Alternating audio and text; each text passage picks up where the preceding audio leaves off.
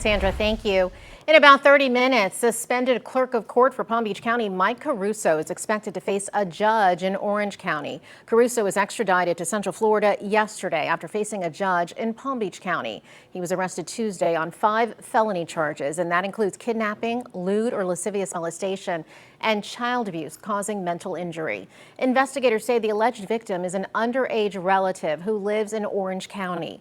Court documents show the abuse went on for about a year, escalating on a family cruise in August of 2025, which is the same month he took his position as the clerk of court. And even after this arrest, Caruso's name remains on the November ballot for clerk of court in Palm Beach County. So what happens next? Ari Height spoke with a political analyst about the impact on that race and the key deadline to watch. It all seemed to happen so quickly Tuesday. Palm Beach County Clerk of Court's Mike Caruso arrested on child sex charges. A new clerk sworn in shortly after as Governor Ron DeSantis used his authority to suspend Caruso from office. Once the arrest happened, for me, that was an easy decision to yank him from that position. But what does the governor's easy decision mean for Caruso's political future, specifically the election in November? The governor's action doesn't remove him from the ballot. And because he was running unopposed, he stays on the ballot. Kevin Wagner is a political science professor at Florida Atlantic University. He says the only person who can take Mike Caruso off the ballot in November is Mike Caruso. Florida doesn't prohibit, or understandably doesn't prohibit people from holding or running for office if they're accused of a crime. If Caruso removes himself, the rest is fairly simple. The Republican Party will appoint someone to replace him on the ballot.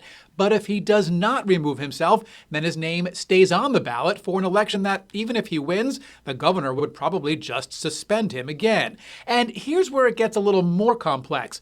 The deadline for Caruso to remove his name is next week. So if he chooses to drop out after that date, his name would still stay on the ballot. Wagner says that would mean a vote for Caruso in November would actually be a vote for whoever the Republican Party would choose to replace him. And that person would be the person that could be elected, but the name on the ballot wouldn't have changed because it wasn't done in a timely fashion. That was our Ari Height reporting. It is unlikely that Caruso's criminal case will be settled before the November election, but if it is, and if he is convicted of a felony, he would no longer be eligible to be a candidate. Florida law prohibits convicted felons from holding office. Stay with WPBF 25 News for complete and timely coverage of today's hearing, which again starts at 1 o'clock. You can watch it live inside the WPBF 25 News app.